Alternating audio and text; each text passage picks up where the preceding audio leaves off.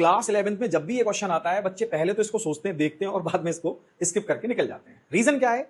कुछ आइडेंटिटीज का उनको पता ना होना। ठीक है, स्टूडेंट्स को आइडेंटिटीज अगर ठीक से पता नहीं होंगी, ठीक से लर्न नहीं होंगी, तो ऐसी कंडीशन में क्वेश्चन को स्किप करना ही पड़ेगा। अब आइडेंटिटी कौन सी? जैसे कि sine A plus B into sine A minus B is equal to क्या होता है? Sine square A minus sine square B. ठीक है, अगर जिनको ये आइडेंटिटी पता है, जिनको ये आइडेंटिटी लर्न है, याद है, तो वो इस क्वेश्चन को काफी हद तक सॉल्व कर ले जाते हैं। साथ ही साथ ये आइडेंटिटी भी अक्सर साइन 3a की आइडेंटिटी क्या होती है? 3 sin a minus 4 sin cube a, है ना? तो ये आइडेंटिटी भी अगर याद नहीं होती तो इस क्वेश्चन में उनका फंसना, उनका इस क्वेश्चन में कॉम्प्लिकेशन में जाना तय है, लगभग तय है। ठीक है, तो इसको सॉल्व कैसे करेंगे?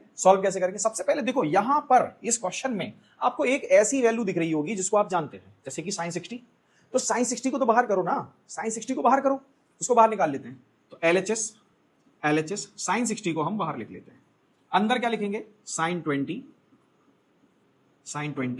And sin 40 and sin 80। ठीक है, यहां तक बात समझ में आ गई होगी। अब sin 60 की वैल्यू क्या होती है? sin 60 की वैल्यू होती है √3/2। और यहां पर आप देख सकते हैं ये जो sin 20 है, ये तो ठीक है sin 20। तो क्या ये जो पार्ट दिख रहा है sin 40, क्या इसको मैं 60 माइनस 20 नहीं लिख सकता? ये अभी भी 40 लिखा है ना। साथ ही साथ sin 60 प्लस 20 नहीं लिख सकता क्या? लिख सकता हूं ना। ये बात आ रही होगी समझ में? अच्छा, यहां देखो आइडेंटिटी का ये यूज होने लगी है, sin a plus B into sine A minus B, sin a plus B into sine A minus B, sine square A minus sine square B. तो इसका यूज कर लेते हैं, √3/2 sin 20 इसको अलग ब्रैकेट में लिखेंगे। ठीक है, sine square 60 minus sine square 20। ठीक है, ये बात आ गई होगी समझ में।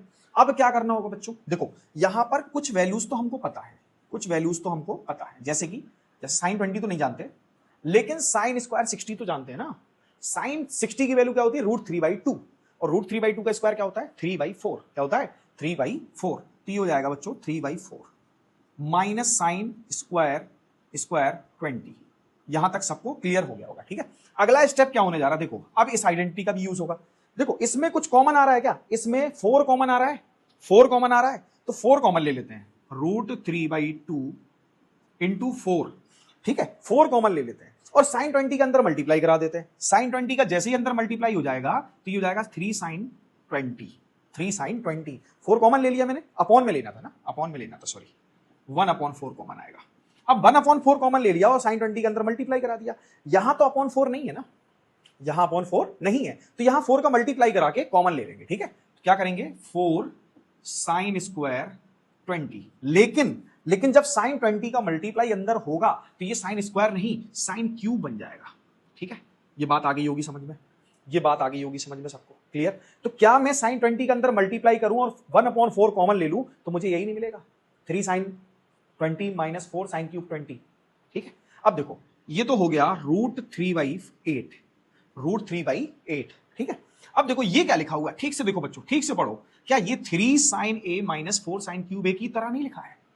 एग्जैक्टली लिखा है। और अगर ये 3 sin a minus 4 sine cube a की तरह लिखा है तो सामने होगा sin 3a, यानी कि sin 3 इंटू 20, 3 इंटू 20 मतलब 60, sin 60 इंटू sin 60। और बच्चों sin 60 की वैल्यू क्या होती है? sin 60 की वैल्यू होती है √3/2।